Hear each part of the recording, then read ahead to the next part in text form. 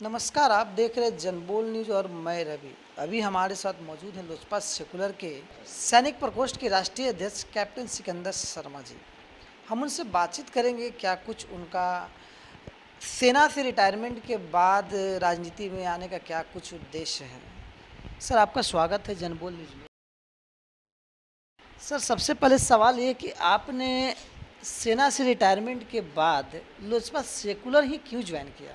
देश में सर कई सारी पार्टियां हैं, सत्ता में भी हैं, विपक्ष में भी हैं, फिर लोजपा सेकुलर ही क्यों सर? जी देखिए, जब मैं सेना में था उस समय भी सभी पार्टियों को देखा। सेवा समाप्त होने के बाद जब मैं घर में आया तो यहाँ आने के बाद भी लोगों को देखा, बाकी पार्टियों को भी देखा।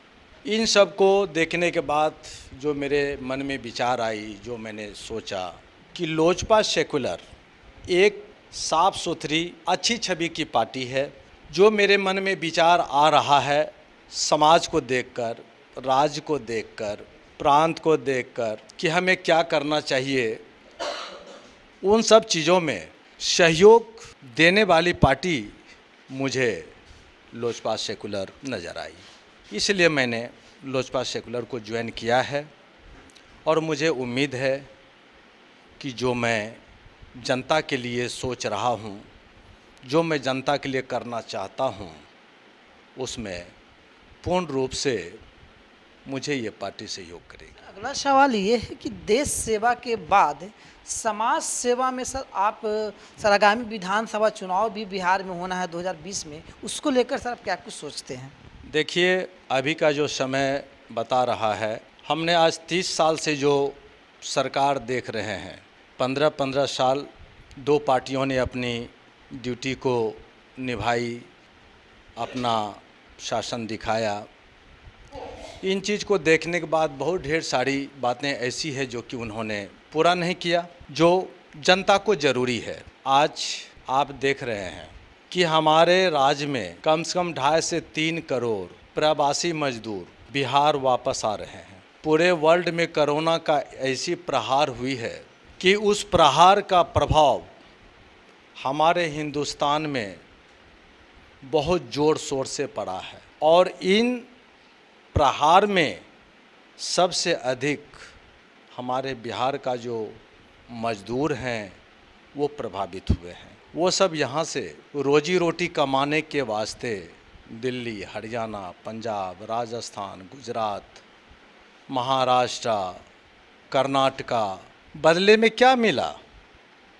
मजदूरी के बदले में धिक्कार और कोरोना का प्रहार मिला। आज जो हमारे राज्य में मजदूर भाई वापस आ रहे हैं, उनकी दुर्दशाएं हर एक लोग देख रहे हैं कि कितनी निंदनीय है। लोग पैदल चल के आ रहे हैं, गर्भवती महिलाएं रास्ता में शिशु को जन्म दे रहे हैं, ट्रेन में जन्म दे रहे हैं, उनकी कोई व्यवस्था नहीं। ऐसा क्यों? आज बड़ी मज़े के साथ राजनेता कहते हैं प्रवासी मजदूर।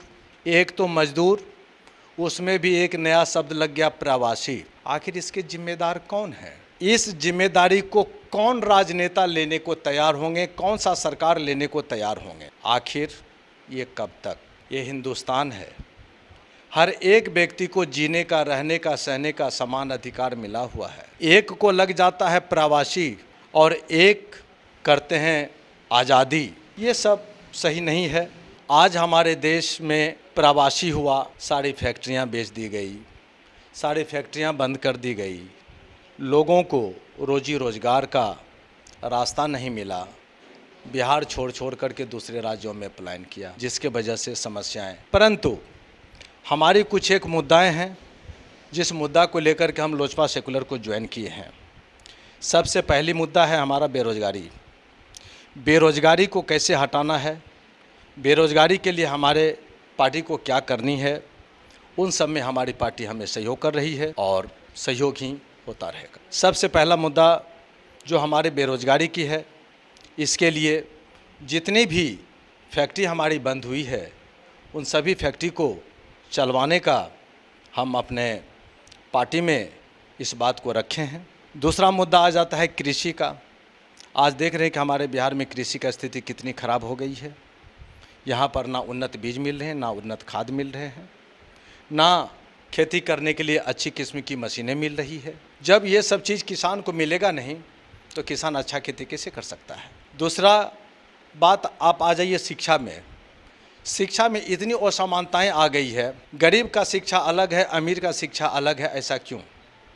शिक्षा के ऊपर सबका समान अधिकार है और ये तभी संभव है जब समान शिक्षा हो, एक समान शिक्षा हो। एक ही स्कूल में अमीर और गरीब के बच्चे पढ़ें, एक ही विषय अमीर और गरीब के बच्चे पढ़ें। जब इन सब चीज़ों में सुधार होगी, शिक्षा में सुधार होगा, लोगों में जागृति आई। नेक्स्ट पॉइंट आप देख रहे हैं कि हमारे राज्य में शासन व्यवस्था कितनी खराब हो गई है। लोग रिपोर्ट लिखाने जाते हैं, सही ढंग से लोगों का रिपोर्ट नहीं लिख पाते हैं, उल्टे गाली गलौज दे करके भगा दिया जाता है। ऐसा क्यों? आखिर ये सब तो गलत चीज़ है। इन सब चीज़ को दूर करने के लिए मैंने इस राजनीतिक पॉइंट ऑफ व्यू, इस राजनीतिक को मैंने ज्वाइन किया है, जहाँ कि मुझे सहयोग मिलेंगे और पार्टी के साथ मिलकर के इन सभी कुरीतियों को दूर करेंगे। आवास, लोग आवास करते हैं। क्या सरकार ने इस बात को देखे हैं कि आवास कितने लोगों को मिला है? कितने लोग बिना घर के अभी भी सड़क के किनारे रह रहे हैं? सरकार बना लेने से सरकार नहीं हो जाती। सरकार तो असल में जनता है, जिसके पास की ना घर है ना द्वार है। आखिर उनकी वो जिम्मेदारी किसकी है? इन सभी चीज़ों को देखते हुए कशिश आती है कि हमने इतना दिन स्वच्छ सेवा किया। स्वच्छ सेवा करने के बाद यहाँ जब हम आके देख रहे हैं तो बहुत सारी विसंगतियाँ सामने में आती। तो इसके लिए हमने सोचा कि इस पार्टी के माध्यम से हम अपने समाज में जाएं।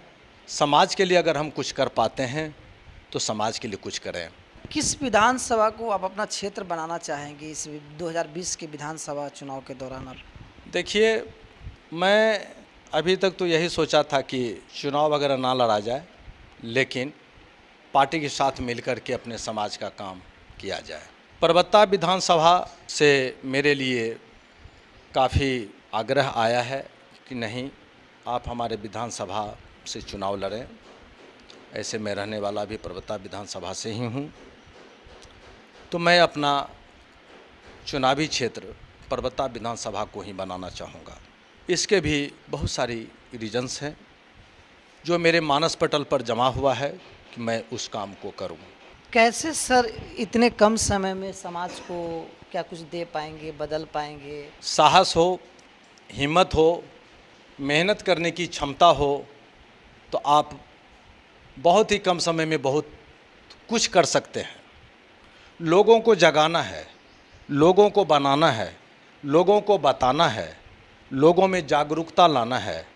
लोग अगर एक बार जागरूक हो जाते हैं तो अपने आप वो पथ पकड़ करके चलना शुरू कर देते हैं। थोड़ी देर पहले आप प्रवासी मजदूरों के रोजगार की बात कर रहे थे, लेकिन सर क्या लगता है आपको प्रवासी मजदूर कितने दिन अपने आवास में यहाँ बिहार में रह पाएंगे? देखिए, पहले आज से 90 से पहले की बात आप करें, लोग दिल्ली, पंजाब, हरियाणा नहीं जाते थे, इक्का दुक्का जाया करता था। 90 के बाद लोग जाना शुरू किया, 95 के बाद जाना शुरू किया। जब जाना शुरू किया तो लगातार ही जाना शुरू कर दिया। हम कहते हैं कि जब यहाँ की फैक्ट्री सुचारू रूप से चलेगी नहीं, लोगों को रोज़गार नहीं मिलेगा, क्राइम बढ़ेगा। बहुत सारी फैक्ट्री वाले जो बाहर से यहाँ पर फैक्ट्रियाँ लगाए थे वो अपना फैक्ट्री को बंद करके अपने अपने राज्यों में पलायन कर गया। तो इस परिस्थिति में बेरोज़गारी की समस्या उत्पन्न हुई। इसी चीज़ को हम लोगों ने ये प्लान में लिया है कि जितनी भी हमारी पुरानी फैक्ट्रियाँ जर्जर हो गई है, बंद हो गई है, फिर से उसकी मरम्मत की जाए, फिर से उसको आबाद की जाए, सारी मशीनें रिपेयर की जाए। रिपेयर करने के बाद फिर से उस सारी मशीनों को चलाई जाए। जब मशीन चलेगी, गन्ना का पैदावार होगा। इसमें कृषि क्षेत्र में जब हम ध्यान देंगे तो मशीन को सपोज करिए कि शुगर मिल हमारे बिहार में बहुत ज़्यादा था, आज शुगर मिल सारे बंद हो गए। शुगर मिल को चलाने के लिए हमें गन्ना उपज की ज़रूरत है। पहले गन्ना का उपज हमारे बिहार में बहुत ज़्यादा हुआ करता था। अभी मशीन नहीं है तो गन्ना नहीं है, जब हम उस मशीन को दोबारा चालू करेंगे तो गन्ना फैक्ट्री चालू होगी। जब गन्ना की फैक्ट्री चालू होगी, शुगर मिल चालू होगी, तो उस शुगर मिल में बहुत ढेर सारे मजदूर फिर से काम करना शुरू करेंगे। आप सुने होंगे कटिहार पूर्णिया साइड में जूट की फैक्ट्रियां बहुत ज़्यादा हुआ करता था, अब नहीं रहा। सारे फैक्ट्रियां बंद हो गई, जर्जर हो गई, बिक गया, ख़त्म हो गया। लेकिन जो बचा है उसको हम रिपेयर सिपेयर करके चला तो सकते हैं। जब हम उसको चलाएंगे तो फिर से वो मज़दूर उसमें जुड़ेंगे। जब उसमें जुड़ेंगे तो जो प्रवासी मज़दूर हमारे बाहर जाते थे वो मज़दूर वापस फिर अपने गांव में ही काम करेंगे। दूसरी बात, कुटीर उद्योग पर हम लोग जोड़ देंगे। घर घर में छोटा छोटा उद्योग चलाएंगे जिसमें महिलाएं, पुरुष सभी अपना अपना काम घर में ही करेंगे। मुझे याद है 90-95 से पहले हमारे गांव में कपड़ा बिनने की बहुत ढेर सारी मशीनें थी। बिजली के अभाव में, पूंजी के अभाव में वो सारी मशीनें बंद हो गई। वो एक कपड़ा उद्योग का इलाका माना जाता था पर्वतीय क्षेत्र में, लेकिन वो सारी बंद हो गई। जब लोजपा सेकुलर की सरकार बनेगी वो सभी मशीनें फिर से चालू करवाई जाएगी। जब वो सारी मशीनें चालू होगी तो मुझे याद है कि पहले के तरह फिर से वहाँ ये उद्योग अच्छा खासा कमाई करेगी और वहाँ के लोगों का बेरोजगारी हटेगी। तो इस तरह से हम लोगों के बेरोजगारी को दूर करना चाहेंगे। आपने सुना कि बिहार में कैसे प्रवासी मजदूर जो प्रवासी हो गए हैं उनके नाम के आगे से, मजदूर के आगे से प्रवासी को हटाने का पूरा जो प्लान है कैप्टन सिकंदर साहब ने बनाकर राजनीति में कूदने का काम किया है। आगे बने रहिए जनबोल न्यूज़ पे। धन्यवाद।